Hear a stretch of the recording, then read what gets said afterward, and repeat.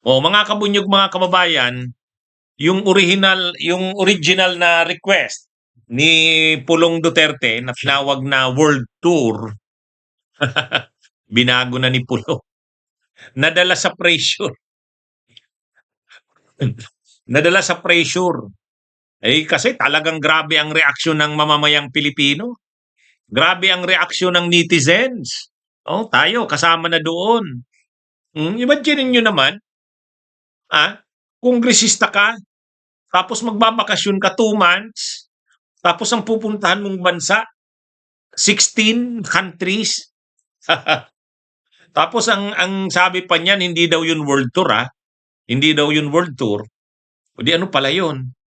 O alam niya na hindi pagbibigyan yun, hindi aaprubahan yan ng speaker ng House kasi kailangan niyang kumuha ng clearance o travel authority sa speaker ng Kamara.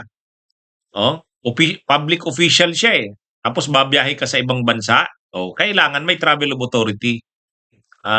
Kailangan ipakita mo na pinayagan ka ng pinuno ninyo. Sa case niya, ang pinuno, yung speaker. Kaya lang, mukhang nasabihan siya ng opisina ng speaker, pasensya na, pero mahirap na mag-grant yung gusto nyo. Grabe ang reaksyon ng netizen, ng mamamayang Pilipino, lalo sa social media. Ngayon, nakarating sa kanya yan. Kaya pinag-isipan niya, ginawa na lang ngayon, dalawa. Dalawa na lang, mga kabunyog, dalawang bansa. Mula sa 16, dalawang bansa. Ang bansang pupuntahan niya ay the Netherlands at Australia. Yun na. Yung maraming bansa sa Asia, hindi niya na sinama. Singapore, Cambodia, Thailand, yan yung mga nakita natin, Hong Kong. Yun yung mga nakita nating pupuntahan niya dito sa Asia eh. At saka yung mga bansa sa Europa, marami doon. Germany, France, Belgium, Switzerland. Inalis niya na yon. The Netherlands na lang. Ngayon, bakit? Bakit nagplano? Bakit nagbago ng plano si Pulong? Dahil nga alam niyang hindi magagrant ng ano yon. Hindi aaprubahan yun ng Speaker ng House. Napaka-negative, napakalakas ng pagkundina ng mamamayang Pilipino.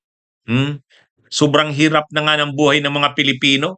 Tapos itong congressman na si Pulong Duterte ay magbabiyahe 2 buwan. Ano yan? Parang Bato de la Rosa yan. Hanggang ngayon hindi pa nagpapakita. Hindi na nagagampanan ng trabaho niya. Hindi naman pwede yun. Kaya sabi nga ni Congressman Antonio Teño, ano ba siya? Representative ng distrito niya o representative ng Miss Universe? Tama naman yung reaksyon ni Congressman Antonio Teño. Congressman ka tapos ganun ang mo, magbabiyahe ka 2 buwan. Ang original na plan niya, December 15 to February 20. At original na plan niya 16, 16 na bansa. Ngayon 2 na lang. Pero sa totoo lang, ito lang ang masasabi din natin diyan, mga kabunyog, mga kababayan. Kahit naman Netherlands yung binigay sa kanya, yung sinikuran niya ng travel authority, ang totoo, kapag nakakuha ka ng travel authority sa the Netherlands, yung mga bansa sa Europa, pwede mo nang puntahan. Kasi iisa lang naman ang visa ng Europe, Schengen visa. 4 na bisis na akong napunta ng Europe eh. Ang pinakahuli, itong lately lang, itong September, October. Ano yun? Ang visa niya na binibigay, ang nagpa-process niyan, isang bansa yun. Kaya pwedeng sabihin mo, papunta ka ng the Netherlands, katulad ng sinabi ni Pulong. Pero once na nasa Europe ka na, nasa the Netherlands ka na, pwede ka namang pumunta ng Belgium, pwede kang pumunta ng Germany, pwede kang pumunta ng France, pwede kang pumunta ng Switzerland.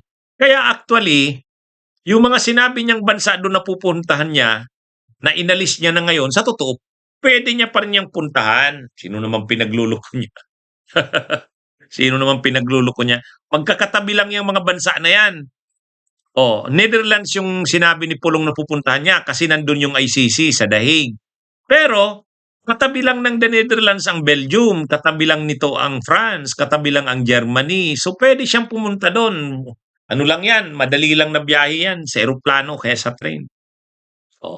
At hindi na kailangan doon magpakita ng kung magti-train ka din lang o magbabaylan ka kung may sarili kang sasakyan, hindi naman kailangan ng passport doon.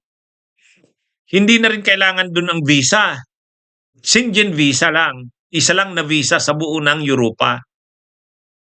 Kaya yung travel authority niya, hindi na yan kailangan. Once na nandun ka na, hindi na kailangan yung travel authority dyan. Kaya, sino naman pinagluloko nito ni Pulong? Sino naman pinagluloko niya na yung dalawang bansa lang na yan ang pwede niyang mapuntahan? Hindi. Pwede pa rin siyang pumunta sa maraming bansa na yon. Kasi nga, iisang visa lang yon, Schengen visa. Yung mga bansa sa European Union, kahit nga Eastern Europe, pwede niyang puntahan. Mga Romania na yan, mga Czech Republic, pwede niya pa rin niyang puntahan. Kasi iisa lang ang visa dyan. At saka napakahaba pa rin yung kinuha niyang panahon. 1 month? Ang daming trabaho. Ang daming trabaho sa Kongreso. Talagang itong mga ito, magbabakasyon na ng Engrande. At isipin natin, ang bagong pitsa niya ngayon na kinuha ay mula January 2 to 30. Kaya lang, mula ngayong December, itong mga susunod na araw, break na sa Christmas yan.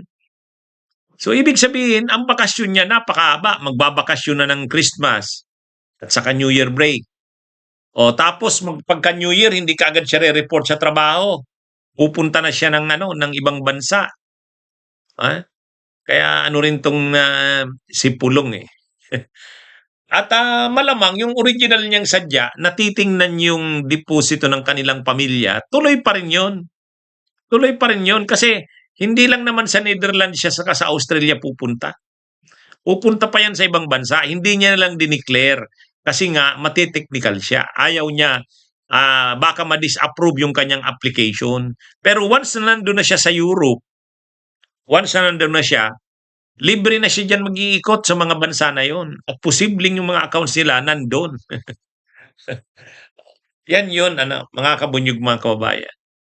Anyway, ang importante dito, kahit papano, na ipakita natin na kapag tayo nag-iingay, kapag tayo nagboboses ng ating pagtutol, yan ang Kaya achievement din natin yan.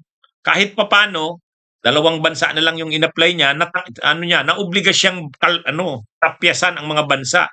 Pangalawa, nabawasan ng 1 buwan ang kanyang biyahe. Dati, December 15 to February 20. Ngayon, January 2 na lang to 30. Okay. Bunyog, bunyog, halikan na kasama ka. Bunyog, kapag buklod ay may pag-asa. Luzon, Visayas, Mindanao, isa ang pananaw. Sa bagong Pilipinas ang bunyog isisigaw. Bunyog.